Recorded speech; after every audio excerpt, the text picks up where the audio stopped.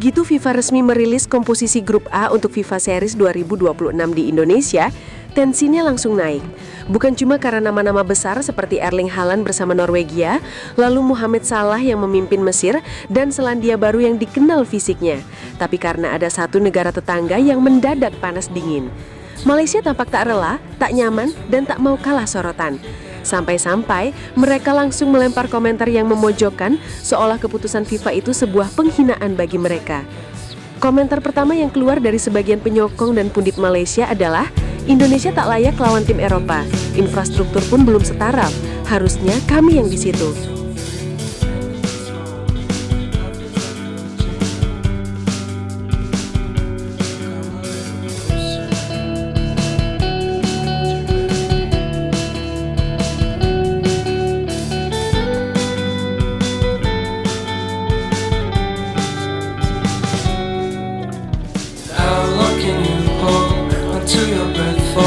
It's been too long now, I think that I want I second guess you, I second guess me, I second guess them, don't second guess me.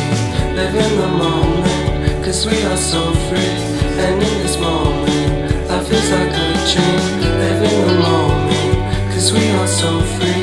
And in this moment, life is like a dream.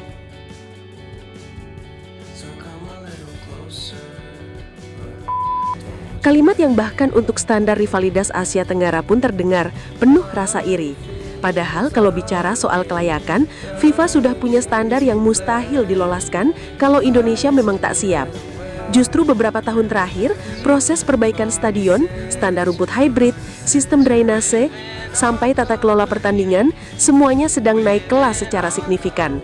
Transparan, terukur, dan yang paling penting, diakui FIFA, bukan diakui oleh diri sendiri. Tapi Malaysia tak berhenti di situ. Ada yang bahkan menyindir, rumput Indonesia belum ada apa-apanya, masih bagus rumput di Malaysia. Padahal faktanya, proyek peremajaan stadion utama di Indonesia justru memakai standar konsultatif langsung dari tim teknis FIFA. Penggantian full seat, penguatan struktur, pembaharuan pencahayaan, sampai standarisasi VAR. Dan lucunya, komentar paling keras soal rumput biasanya datang dari mereka yang stadionnya bahkan sering mengeluh banjir atau bergelombang saat hujan lebat. Di sisi lain, Indonesia ditunjuk karena punya atmosfer supporter yang tak bisa dibeli. FIFA butuh panggung dengan energi, bukan sekadar venue kosong. Mereka ingin laga-laga Haaland, Salah, dan tim kuat lainnya berlangsung dengan gegap gempita, bukan dengan tribun yang sepi. Dan Indonesia satu-satunya di kawasan yang bisa menjamin atmosfer itu. Justru yang menarik adalah bagaimana Malaysia mencoba memutar narasi. Mereka merasa seharusnya mereka lah yang berada di grup A, melawan Norwegia, melawan Mesir, melawan tim Eropa. Seolah-olah FIFA sedang salah pilih. Pertanyaannya, atas dasar apa? Prestasi? Tidak juga. Infrastruktur? Juga tidak. Atmosfer supporter? Realistis saja. Kalau ukurannya adalah gegap gempita, intensitas, dan daya tarik global, FIFA tentu punya pertimbangan yang jelas. Apalagi selama beberapa tahun terakhir, ranking Malaysia pun tak stabil, prestasi regional pun masih jauh dari dominasi. Narasi makin lucu ketika beberapa suara Malaysia bilang FIFA pilih Indonesia karena berat sebelah. Padahal Indonesia mendapat mandat setelah melalui proses evaluasi panjang, bidding yang terbuka, dan inspeksi teknis langsung. Kalau memang tak layak, FIFA tak akan ambil resiko memasukkan dua superstar dunia, Haaland dan Salah, ke stadion yang tak memenuhi syarat. Justru tanda paling jelas bahwa Malaysia sedang terbakar adalah ketika mereka mulai menyerang hal-hal yang tidak relevan. Rumput, fasilitas, kebijakan PSSI, even Indonesia belum layak lawan Eropa. Padahal, FIFA Series bukan kompetisi berdasarkan siapa lebih unggul, tapi platform agar federasi bisa bertemu lawan lintas benua. Bukan soal siapa paling kuat, tapi siapa yang siap menyelenggarakan pertandingan dengan standar dunia. Dan Indonesia, untuk periode ini, adalah tuan rumah yang paling memenuhi syarat. Sementara itu, penyelenggaraan Malaysia beberapa tahun kebelakang justru dipenuhi drama. Izin stadion yang mendadak batal, fasilitas yang tak siap, dan beberapa masalah rumput yang sampai masuk pemberitaan internasional. Tetapi anehnya, justru dari sisi yang seperti ini mereka merasa paling pantas berada di grup A. FIFA memilih Indonesia bukan karena sentimen, bukan karena politik, tapi karena parameter teknis yang mereka pegang. Mulai dari kapasitas penonton yang besar, animo yang kuat, pertumbuhan sepak bola yang cepat, dan pasar Asia Tenggara yang sedang naik dan dipimpin oleh Indonesia secara demografis. Dan bagian paling menyedihkan dari protes Malaysia adalah Betapa jelas rasa iri itu terpampang. Mereka sebenarnya ingin berada di panggung itu, ingin mendapatkan sorotan itu, ingin merasakan atmosfer pertandingan melawan pemain kelas dunia seperti Haaland dan Salah. Tapi realitanya tak berpihak kepada mereka. Dan ketika realita tak bisa dikalahkan, mereka memilih menyerang Indonesia sebagai pelampiasan. Pada akhirnya, FIFA Series 2026 bukan sekadar pertandingan internasional. Ini adalah panggung reputasi.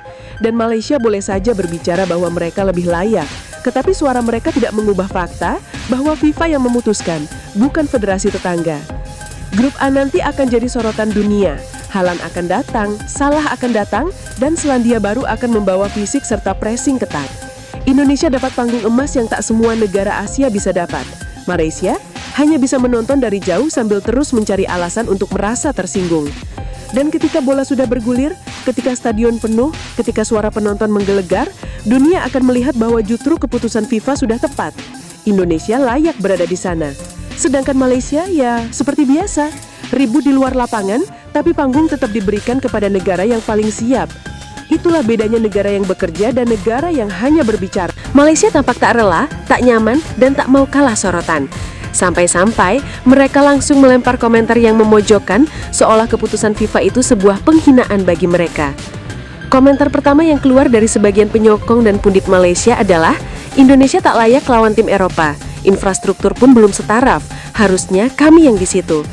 Kalimat yang bahkan untuk standar rivalitas Asia Tenggara pun terdengar penuh rasa iri. Padahal kalau bicara soal kelayakan, FIFA sudah punya standar yang mustahil diloloskan kalau Indonesia memang tak siap.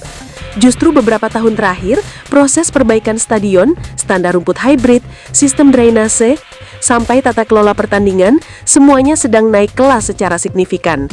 Transparan, terukur, dan yang paling penting, diakui FIFA, bukan diakui oleh diri sendiri. Tapi Malaysia tak berhenti di situ. Ada yang bahkan menyindir, rumput Indonesia belum ada apa-apanya, masih bagus rumput di Malaysia. Padahal faktanya, proyek peremajaan stadion utama di Indonesia justru memakai standar konsultatif langsung dari tim teknis FIFA. Penggantian full seat, penguatan struktur, pembaharuan pencahayaan, sampai standarisasi VAR.